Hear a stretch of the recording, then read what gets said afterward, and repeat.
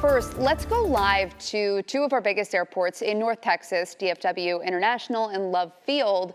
They both issued ground stops this morning during those severe storms. DFW is under a ground delay this hour, so if you are flying today, make sure to check that flight status. And over to Parker County, we are starting to see some of that damage come out of Poolville. The school district there has canceled classes today because of the power outages. We've got Chris Sadke coming up shortly with an update from that area.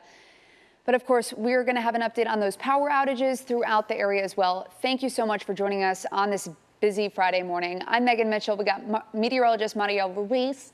Tell us a little bit about what we were seeing today. You know, those ground stops likely due to the amount of lightning that we had. At one point within the span of 15 minutes, over 400 strikes of lightning. But now it's looking a lot calmer, happy to report.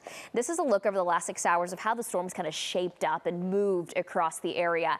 We're now looking at rain coverage a lot less in the area, and we're still seeing a few little spots of heavy rain. Right now, northern Denton County, right in the middle of northern Denton County, seeing some of that heavy rain, and it's just a brief pocket. Most of us just experiencing the light rainfall or no rainfall at all. Still seeing a little bit of shower activity in the middle of Dallas County towards Garland, right across the northern half of Rockwall County and portions of eastern Collin County. We'll continue to see this rain move east and out of the area. Look at this. This is between now and 3 in the afternoon. These storms push to the east, and then we're looking at drying and clearing across the rest of North Texas, not just today, but tomorrow as well. I want to show you how our temperatures are acting, though. We're looking at low 60s, upper 50s for a big portion of the area. 58 in Breckenridge, 55 in Mineral Wells. Look at the low 50s for Archer City and in Bowie. This is dry air filtering in, and you notice the lack of cloud cover in some spots. That's because some dry air is trying to push into the area. And where the rain is currently, that's where we're still seeing temperatures in the mid 70s with Terrell. Where that rain hasn't arrived yet, mid to upper 70s. Look at Tyler, 79 degrees at this moment. Now the winds have been the other big story of today. We're noticing a wind shift now out of the north and west is where we have that cooler air coming in. That's where we have those lower temperatures.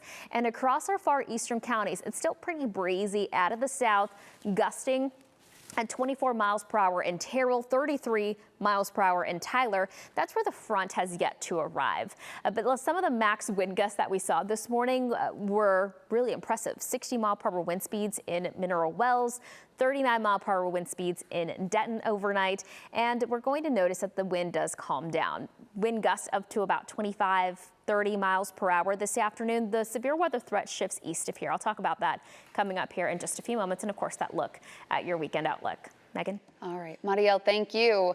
Now let's get back to those power outages now. Here's a live look at Encore's map. At this hour, about 3,300 customers dealing with outages. We'll keep monitoring those numbers throughout the morning for you, but just know that crews are working to get the lights back on for everyone.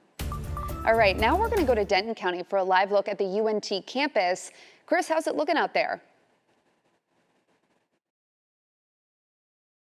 The storms that passed through this morning did damage throughout Parker County, but perhaps the most of it here in the town of Poolville. Winds strong enough to uproot this giant oak tree. You can see right there just how powerful it was, but perhaps even more heartbreaking, it collapsed this tabernacle that people here in town say is very near and dear to the community. It was more than 100 years old and served as a community meeting place since around the time the town was founded. But the storms are forcing them to rebuild. Some of the other damage that we saw across the county includes a steeple in Poolville that was ripped off the Oak Tree Baptist Church. Elsewhere, we saw 2 different RVs that were flipped over by the winds. Neighbors told us that people were inside when it happened and went to the hospital to get checked out. Also, lots of damage to big trees, just completely splintered. So these winds were significant. Once it passed through, though, a lot of people in Poolville came to see what damage was done to the beloved tabernacle and talk about rebuilding it. So there's been talk over the years of rebuilding it or taking it down, but this morning it kind of made your heart sink that it was on the ground. You never really wanted to see it laying like it was laying. But plans are already in work early this morning to get it built back up.